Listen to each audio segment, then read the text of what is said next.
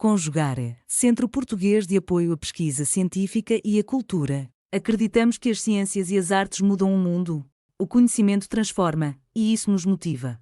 Sétimo ciclo ibero-americano de diálogos contemporâneos, com o tema História, Cultura e Interdisciplinaridade.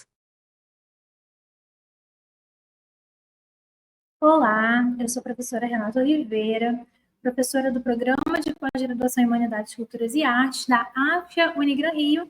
Gostaria de agradecer a oportunidade de apresentar um recorte da minha pesquisa em andamento aqui no evento. Eu preparei uns slides e tudo, né, para a gente poder conversar um pouquinho sobre a nossa temática, né? Então, hoje a gente está falando sobre esse recorte que eu dei o nome como Quando a Rua Vira Extensão da Igreja, né? Festas dos Padroeiros Juninos e Patrimônio Cultural na Baixada Fluminense, que hoje é um projeto fomentado pela FAPERJ através do edital Jovem Cientista do nosso estado. Então, vamos falar um pouquinho sobre a trajetória dessa pesquisa? Ela começou há mais de 10 anos, durante o meu doutorado em Memória Social, pela Unirio. Eu sou mestre e doutora em Memória Social pela Unirio e também sou mestre em Educação, Comunicação e Cultura em Periferias Urbanas pela UERJ. E tanto no segundo mestrado na UERJ quanto no doutorado na Unirio, eu trabalhei com a festa de Santo Antônio em Duque de Caxias sob algumas perspectivas. Então, durante o meu doutorado, eu investiguei comparativamente a festa de Santo Antônio em Duque de Caxias e as festas antonianas em Lisboa, que não são necessariamente antonianas, né? Assim, lá em Lisboa, chama de Festas de Lisboa, comemorando a tríade dos santos juninos, né? Então, inicialmente, o foco recaía sobre a relação entre a memória individual e coletiva, a vivência do devoto, a relação devoto-devoção, mas também a distinção entre a festa sagrada, né, que é o que acontece dentro da igreja, no caso de Duque de Caxias principalmente, né, onde a gente tem as barraquinhas das irmandades e das congregações, a gente tem as missas, né, as solenidades, né, então todo aquele ritual, mas também a festa que a gente chama de profana, né, que acontece nas ruas, né, com shows, DJs, as quadrilhas juninas, as barraquinhas, né, e assim, e ali são múltiplas relações envolvidas, então acontecia um pouco essa separação ali na minha tese, né? Eu falava bastante sobre isso. Hoje essa pesquisa tem uma continuidade, né? É financiada pela FAPERJ. Ela é intitulada Patrimônio Religioso na Baixada Fluminense, Turismo e Santos Padroeiros Juninos, Estudos de casos sobre comemorações de devoção. E este desdobramento, ele assim, revela, ele reafirma, na verdade, né, essa relevância da Baixada como território de produção e de patrimônios que são vivos, que têm diálogo com o turismo, economia criativa e também com a comunicação científica. Mas vamos falar sobre a dimensão da memória nas festas até chegar, né, nesse ponto que eu trago como principal, que é a rua virando a extensão da igreja, que ela traz uma ruptura com essa proposta do sagrado e do profano.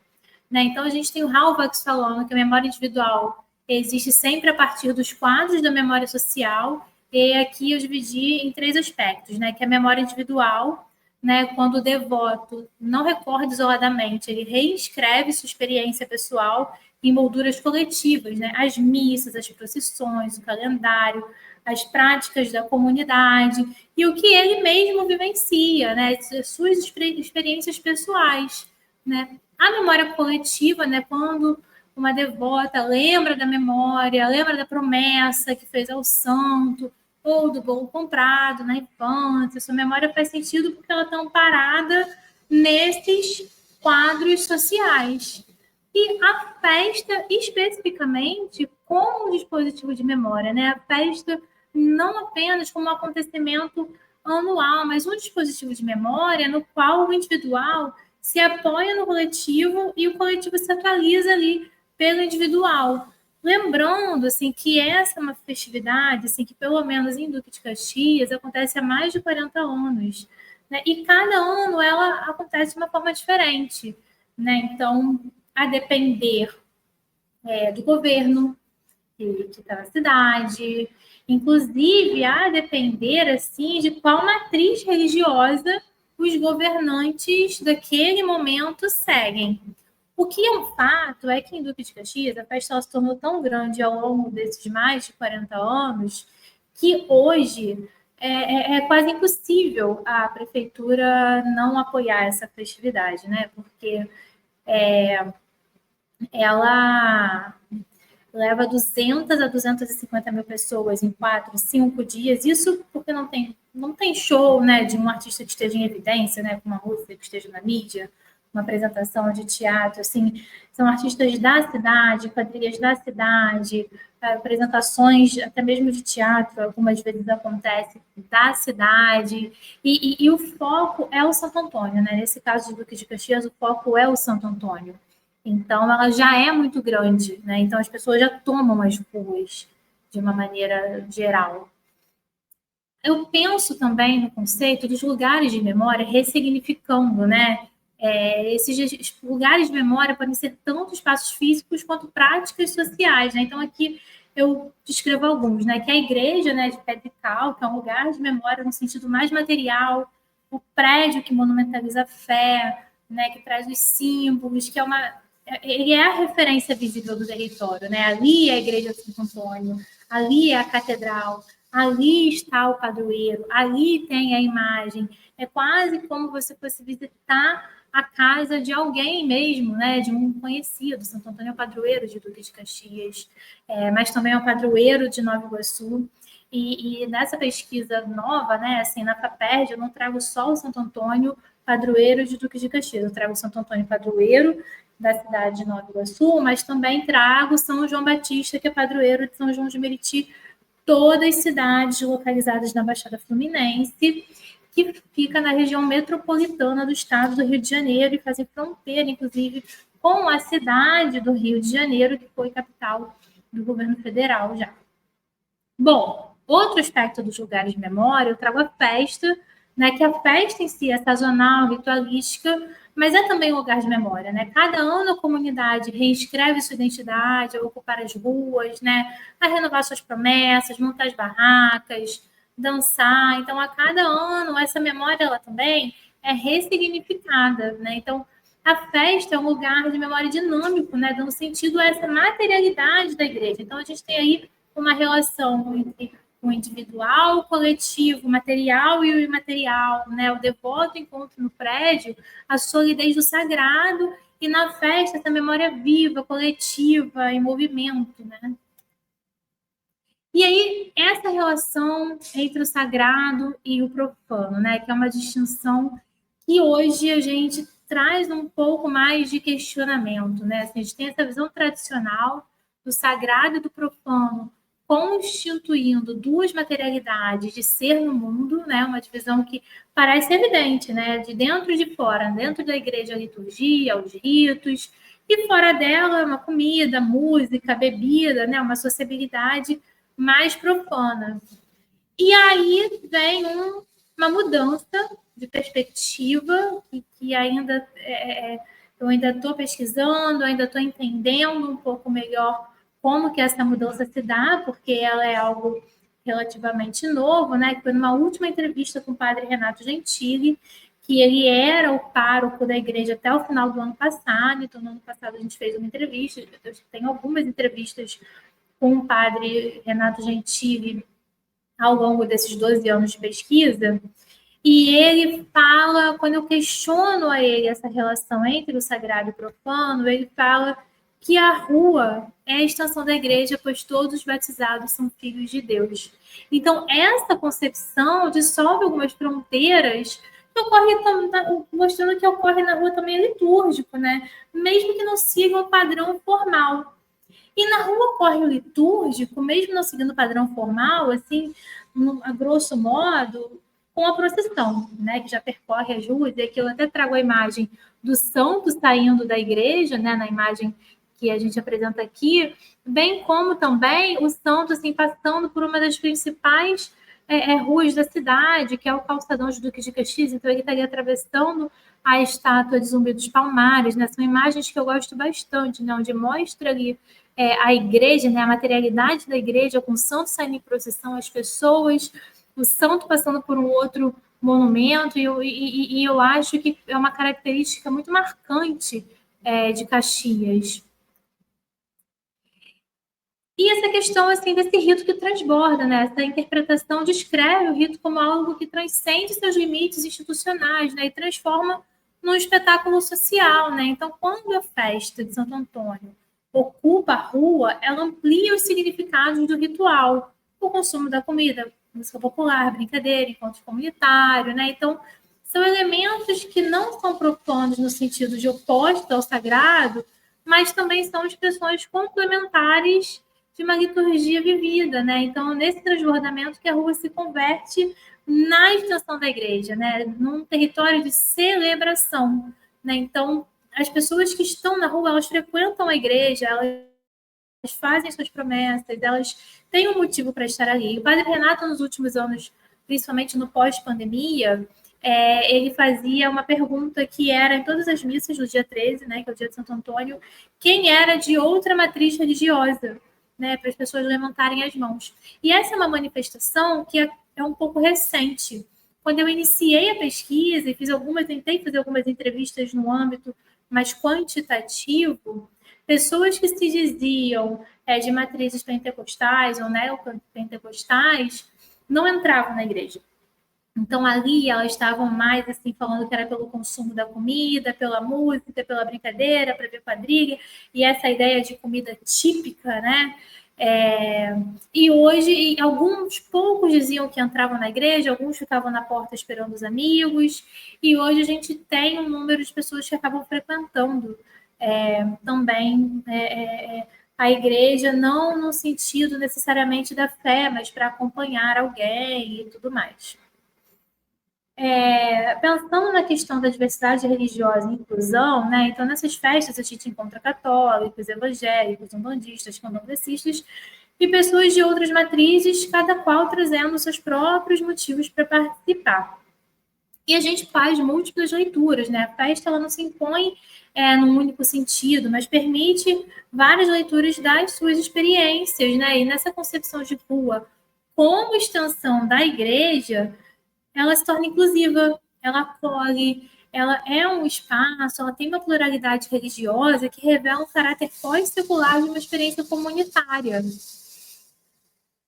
E eu trago um conceito assim, que é bem novo na pesquisa, que é a americanidade nas festas juninas, né? Então, a gente tem aqui uma aspas, né, da Lélia Gonzalez, onde ela fala que a cultura negra não está apenas nos símbolos, mas nas práticas cotidianas e nas formas de sociabilidade, né? Então, introduzindo, né, essa noção para designar a presença cotidiana da cultura negra em práticas, linguagens e sociabilidade, né? Lembrando que o Santo Antônio, especificamente, no Rio de Janeiro ele é sincretizado, eu não gosto de usar muito o conceito sincretizado, com Exu e na Bahia com Ogum. Eu prefiro, e eu vou falar, eu acho que daqui a pouco, usar mais um conceito de religiões dos brasileiros do Pierre Sanches, né? Eu acho que ele dá um pouco mais de conta, né? Assim, do que é efetivamente as festas dos santos no Brasil, né? E como que a fé e a devoção se relacionam no Brasil, né? Então, essa ideia permite ler a festa de Santo Antônio não como uma mera reprodução de um catolicismo colonial, mas também como uma invenção cultural, híbrida, afrodiaspórica e comunitária, onde corpo, música, rua se tornam mediadores da fé. E aí, pensando na festa como patrimônio contra-hegemônico, né, a gente tem o Pierre Sanches, que já apontava que as festas religiosas populares no Brasil se constroem justamente nessa tensão entre o oficial e o popular, né? Então, com a apropriação do espaço, né? Então, na Baixada, essa tensão se traduz na apropriação da rua como espaço litúrgico, no patrimônio vivo, que não é apenas o prédio da igreja, né, que pode ser tombado, né, mas também a própria festa com uma força coletiva e afrodiaspórica, bem como a resistência, né, que a festa resiste a uma possível invisibilização, afirma a sua centralidade no território da Baixada Fluminense. E isso vale para todas as festas, né? Então, São muitas questões, né, que são específicas em cada cidade. Em Nova Iguaçu nós temos 2 festas de Santo Antônio, né, por exemplo. Então, são várias questões assim que fazem parte efetivamente do cotidiano dessas cidades, né? Então, em andamento, eu tenho como desdobramento atual pelo jovem cientista do nosso estado, né, quando eu busco reafirmar, quando a rua vira estação da igreja, a festa se torna também extensão da memória e da identidade, né, um patrimônio que se reinventa todos os anos, né? Então, esse patrimônio revela, em sua essência, a potência criadora das comunidades populares da Baixada Fluminense e dialoga com turismo, economia criativa, bem como com a comunicação científica, né? Então, como próximos passos, né, do meu JCNE, a gente tem a documentação audiovisual dessas festas chamadas juninas, né? Então, na verdade, são 3 cidades, a princípio 3 festas, mas que são 4, porque em Nova Iguaçu acontecem 2. O mapeamento de manifestações em diferentes municípios, o diálogo com a comunidade e lideranças religiosas, bem como a publicação e eventos de divulgação científica. Aqui eu trago a capa do livro, Memórias da Devoção, Estudos de Caso sobre a Festa de Santo Antônio, Duque de Caxias, as Festas de Lisboa e Portugal, e que é resultado da minha tese de doutorado e da dissertação do meu 2º mestrado, onde eu falo sobre a festa literária, que foi uma festa que aconteceu dentro da festa de Santo Antônio. Tem previsão de publicação para breve, daqui a uns 3, 4 meses. E hoje, né, e ela foi comentada pela Lei Paulo Gustavo, né, esse livro, pela Lei Paulo Gustavo, e hoje a pesquisa segue em andamento através do JCNE, comentado pela FAPERJ. Eu vou agradecer, muito obrigada. Eu tenho alguns documentários, né, na minha tese, eu produzi um documentário em Duque de Caxias, em Lisboa. Eu não fiz bolsa sanduíche, foi no momento em que as bolsas sanduíches foram cortadas, né? Então eu estava com todas as cartas, com tudo pronto para viajar, mas não consegui ir. Mas eu vou me despedir aqui, até pela questão do tempo. Por sua vez, eu vou deixar o documentário, enfim, passando aqui até ele ser finalizado. É o primeiro documentário, eu já tenho mais 2. Um documentário que foi mais entrevista, foi no período pandêmico, para falar sobre a festa de Santo Antônio em Nova Iguaçu. E eu já tenho um documentário mais recente, pensando na festa de Santo Antônio em Duque de Caxias, no cenário pós-pandêmico. Mas esse aqui se chama Memórias da Devoção, que foi produzido como um produto da minha tese de doutorado. E, mais uma vez, muito obrigada pela oportunidade de participar do evento. Até mais.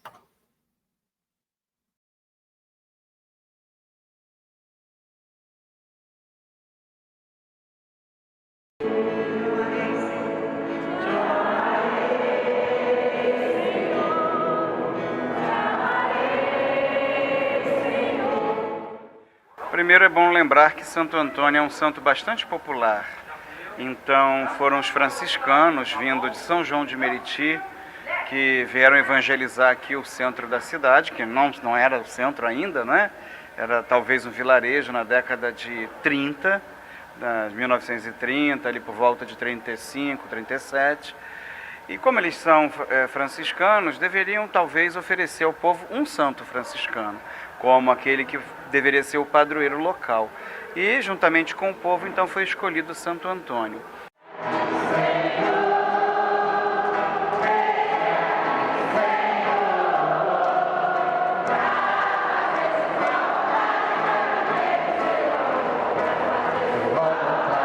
Então, eu peguei o antes e o depois da festa de Santo Antônio, né? O antes era quando a festa não acontecia mais na frente da igreja, ela acontecia em outros lugares. Chamava Festa da Comunidade, né? E então foi uma decisão do governo, né, que tinha entrado e que achou por melhor tirar da frente da igreja. E um ano. E no ano seguinte a gente lutou, né, para conversar com o governo, na época o Washington Reis, a possibilidade de trazer a festa de volta para a frente da igreja, né, permitir que as pessoas pudessem usar aquele espaço.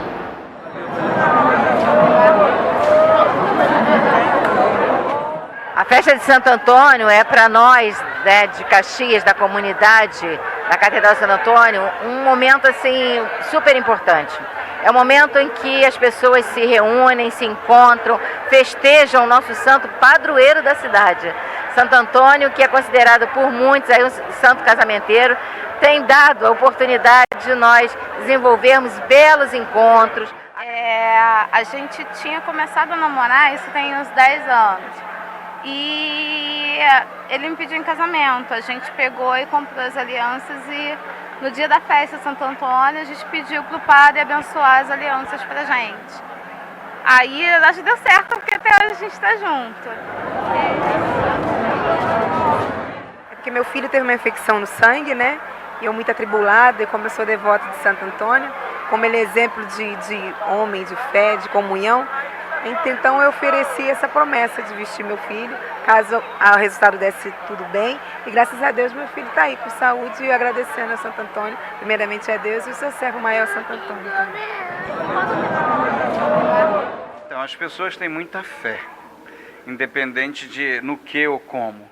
Santo Antônio, para a gente do Candomblé, povo da Umbanda, povo da Quimbanda, na Bahia, eu sou baiano, vim para o Rio de Janeiro fazer uma devoção que o Orixá pediu para a gente fazer durante 17 anos, e eu já tenho 5 anos fazendo essa obrigação aqui em Caxias, né, em frente à igreja de Santo Antônio, que é para abrir os caminhos das pessoas, para dar luz, para dar sorte, felicidade, para evitar uma doença, para evitar um tiro, para evitar um assalto, para Ogum, que no Candomblé Santo Antônio se representa Ogum, lá na Bahia, Salvador, porque eu sou de Salvador, eu faço as axés como eu aprendi na Bahia, com meu zelador, meu babalorixá. Não digo que Santo Antônio é Exu, que aqui no Rio tem a mania de dizer que Santo Antônio é Exu, mas eu estou cultuando a raiz certa, a raiz africana.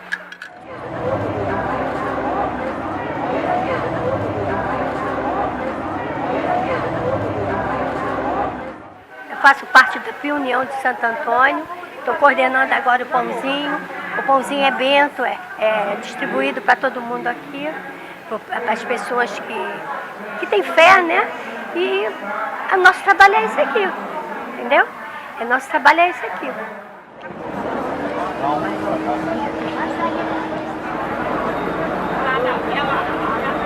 Mas veja, é um santo tão popular, é alguém com quem o povo se identifica, seja porque esteve ao lado dos pobres, porque lutou contra as injustiças, seja porque estava ali no dia a dia convivendo e encantava pelo fato de estar comprometido com a causa da vida. Então, por isso, muitos dias de festa.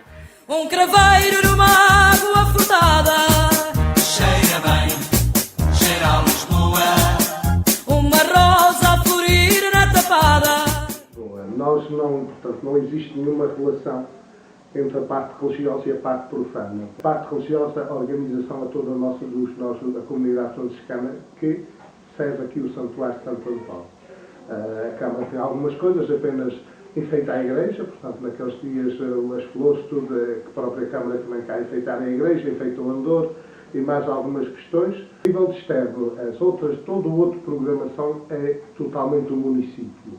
Portanto, uma empresa que a Câmara criou para estes eventos e para estes e outros eventos ao longo do ano, que é a GEAC, portanto, nós não temos nada com a organização externa.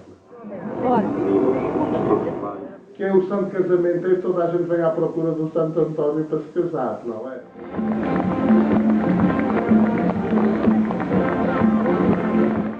Os casamentos de Santo Antônio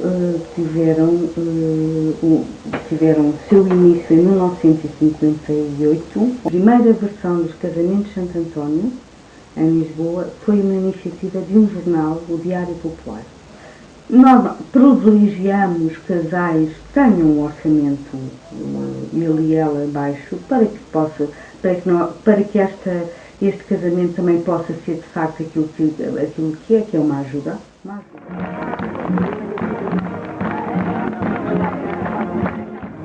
Muita preparação, porque é um dia muito longo. Desde a maneira de entrar na igreja, de todos os passos, o que é que se vai vestir, o que é que não se vai vestir. É tudo ensaiado. A dança em si, a entrada na igreja, é tudo estudado ao pormenor.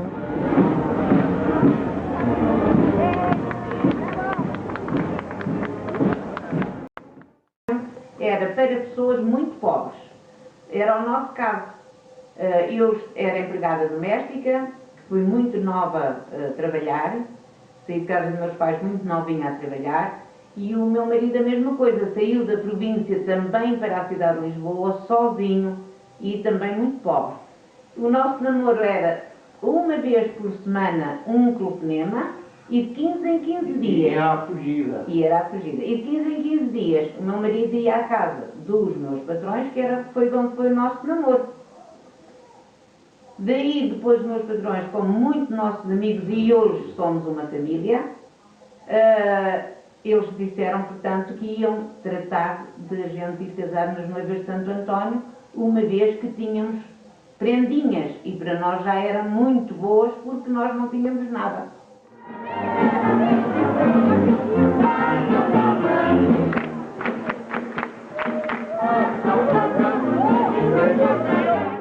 A Marcha da Alfama é a marcha de um dos 22 bairros de Lisboa, que anualmente fazem uma competição pela altura do Santo António, que tem dois momentos. Um momento no Mel Arena, que é um pavilhão desportivo grande, e depois tem um momento na Avenida, que é como se fosse o vosso samba brasileiro. Este ano escolhemos o manjerico. O manjerico é uma flor tipicamente portuguesa, com um cheiro muito agradável, tem a particularidade que não se pode tocar. Se toca no manjerico, o manjerico morre, murcha e morre. Por isso o manjerico é regar e pôr.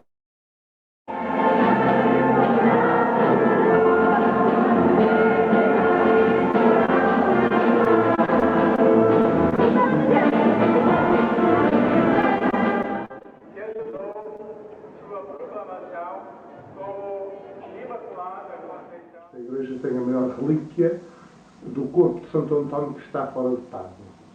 Sabemos que Santo António faleceu em Pádua, o seu corpo está lá, e nós aqui temos duas relíquias de Santo António, uma que é a maior, que está na Capela Mor, mesmo ao lado do Sacrário, com um bocadinho do osso do braço esquerdo de Santo António, e na cripta está uma outra relíquia, que é um bocadinho do osso do maxilar inferior de Santo António.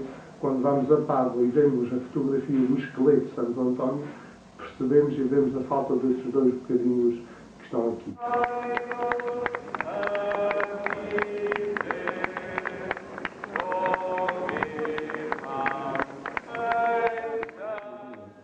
Depois das missas, nós temos a procissão de Santo António, que corre aqui a zona, todo o bairro da Alfama, chamado bairro da Alfama, que tem várias paróquias.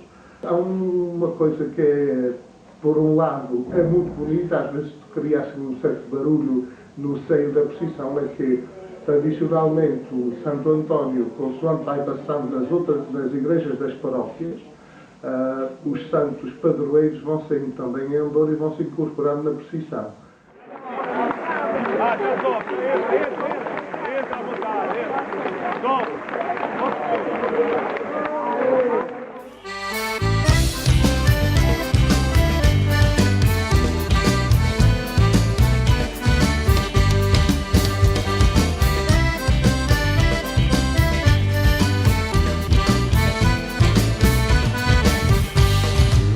Meu Santo Antônio, vou fazer uma promessa pra São João, pra São Pedro me ajudar. Soltar balão, pular fogueira a noite inteira, com meu amor até o dia clarear. Meu Santo Antônio, vou fazer uma promessa pra São João, pra São Pedro me ajudar. Soltar balão. Realização, Conjugare, Centro Português de Apoio à Pesquisa Científica e à Cultura. NUPAN, Núcleo de Património, Arquitetura e Memória Fluminense. Programa de Pós-Graduação em Patrimônio, Cultura e Sociedade da Universidade Federal Rural do Rio de Janeiro. Apoio Editora Cravo e Universidade Federal Rural do Rio de Janeiro. Inscreva-se no canal, comente, curta e compartilhe. Obrigado por assistir.